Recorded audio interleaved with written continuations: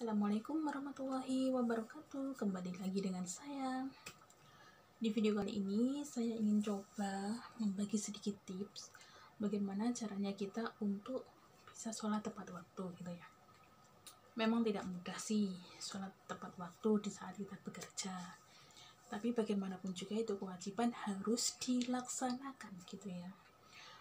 Nah, bagi kita yang jauh dari masjid, yang jauh dari area keramaian gitu ya, seperti saya, jarang ada sinyal.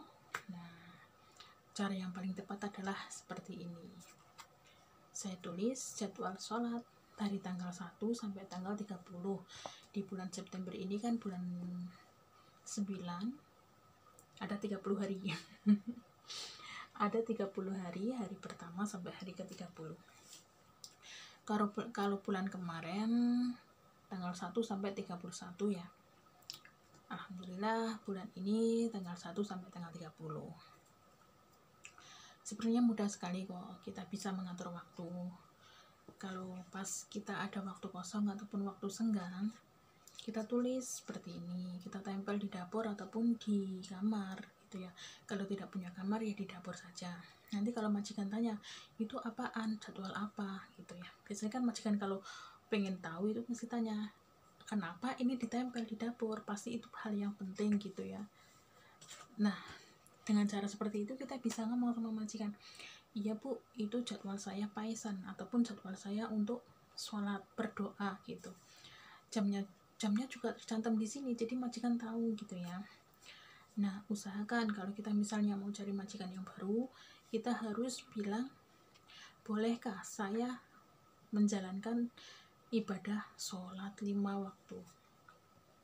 Kalau majikan sudah paham dengan Mbak Indonesia, pasti dibolehkan. Oke, boleh, kamu boleh menjalankan sholat 5 waktu gitu.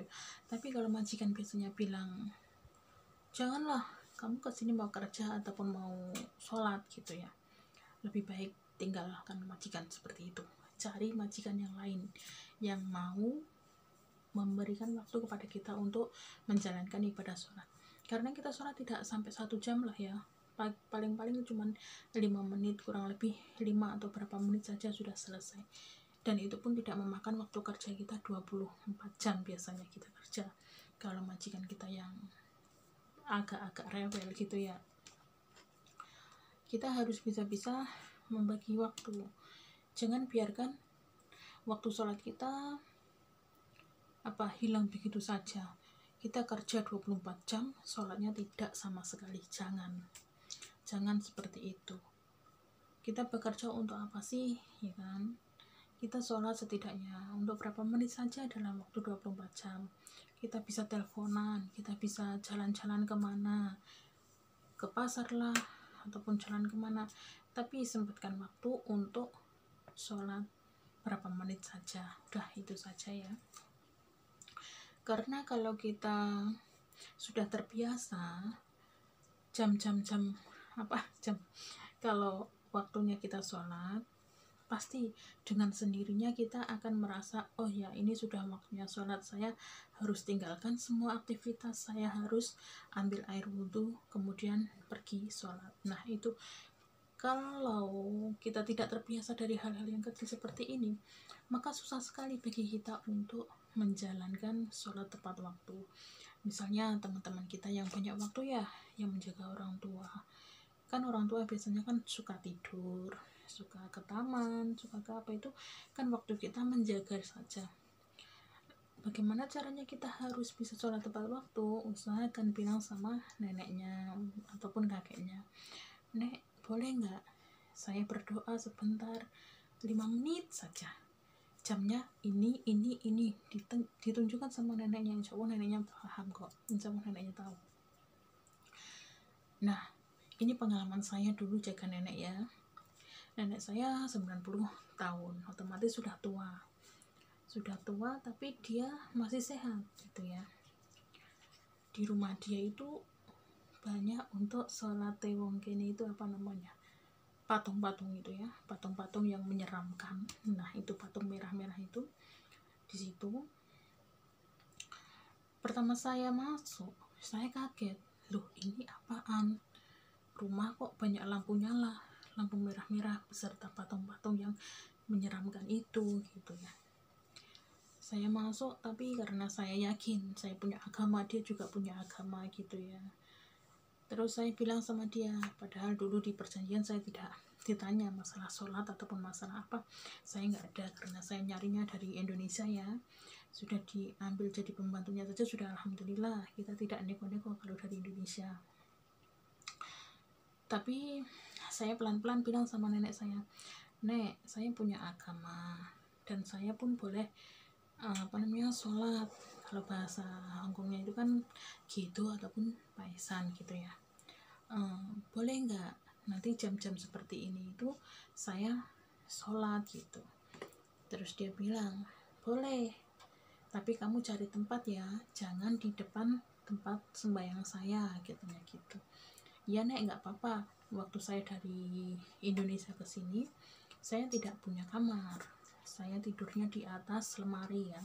Bisa dicontohkan seperti apa, bayangkan saja ya, kita tidur di atas lemari, sempitnya seperti apa, gelapnya seperti apa, cukup untuk tidur saja, berdiri nggak bisa, duduk pun nggak bisa, masuk untuk tidur saja gitu.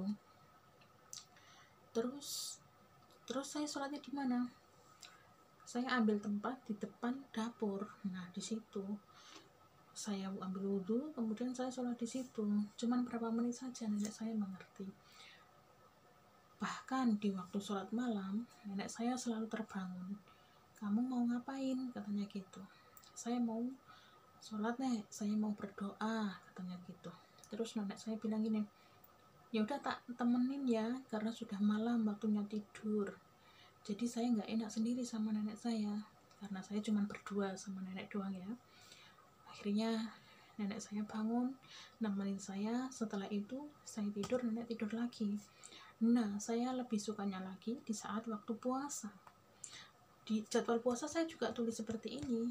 Ditulis seperti ini, saya tempel di dapur. Karena di dapur kan saya sering ke situ. Nenek pun sering lihat, ini apaan gitu ya. Nek, kalau orang Islam tidak boleh makan dari pagi sampai malam. Kira-kira jam 7 lah nek, baru boleh makan gitu. Terus neneknya bilang, apa kamu tidak lapar? Katanya gitu. Tapi saya bilang, kita sudah terbiasa nek, dari kecil udah diajarkan kalau waktunya puasa, dalam waktu 1 bulan kita tidak boleh makan kalau siang, kalau malam kita boleh makan. Terus nenek saya ikut. Terus kamu malam makannya jam berapa? Saya malam makannya jam 3. Saya makan, dan 1 hari saya tidak makan nek, nunggu waktu maghrib dulu jam 7 baru boleh makan. Terus nenek saya ikut, siang tidak makan, baru makan malam. Hampir 1 bulan nenek saya tidak makan. Terus setelah itu sholat sudah boleh, puasa sudah boleh, alhamdulillah ya, kita punya majikan yang baik.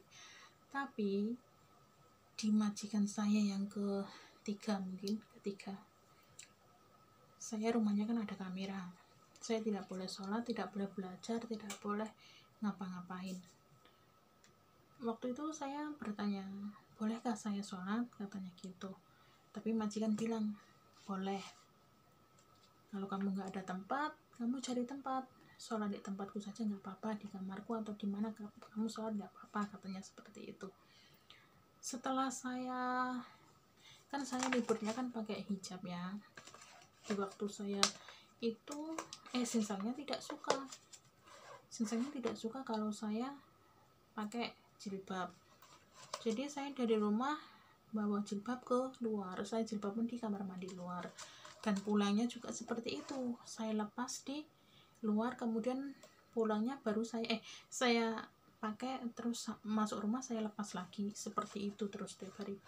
Tapi buat apa sih saya tutup-tutupi? Kalau suka ya boleh, alhamdulillah. Kalau nggak suka silahkan sih, kalau nggak suka nggak apa-apa. Saya pulang pakai jilbab, mereka marah-marah.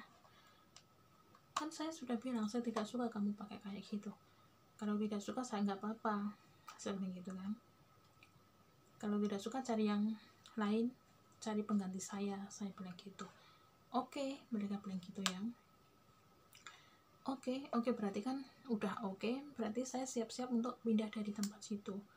Tapi setelah dia pikir-pikir, ya udahlah, nggak apa-apa kalau kamu mau pakai itu, karena kamu kerjanya baik, karena kamu orangnya, maksudnya apa ya, tanggung jawab masalah kerjaan gitu ya. Ya udah, nggak apa-apa, kamu boleh pakai itu kalau di saat kamu libur saja, tapi kalau di rumah jangan gitu ya. Apalagi melihat saya pakai rambut panjang, mereka sangat-sangat tidak suka. Setiap kali melihat saya rambut panjang, langsung disuruh potong. Katanya apa, nanti di lantai banyak rambut dan itu sangat menakutkan, katanya gitu. Terus setelah itu mereka bilang aku tidak boleh sholat ya, tidak boleh sholat. Bagaimana caranya supaya saya bisa menjalankan sholat gitu. Terus saya tanya orang tua, saya tanya bapak saya di Indonesia, Pak, bagaimana hukumnya misalnya saya tidak boleh sholat, saya sholat di kamar mandi. Kata bapak saya, boleh, nggak apa-apa, yang penting niatnya saja. Kalau keadaan kamu memang tidak ada tempat ataupun kamu tidak boleh, kamu berjalan pun sambil sholat juga tidak apa-apa, kata bapak saya seperti itu. Ya udah, dari situlah saya berpegang teguh, meskipun majikan saya tidak membolehkan sholat, saya bisa pinter-pinternya cari tempat untuk menjalankan sholat meskipun di kamar mandi. Tapi terkadang banyak juga teman-teman kita yang banyak waktu, banyak tempat, enggan menjalankan sholat, apalagi sholat tepat waktu gitu ya.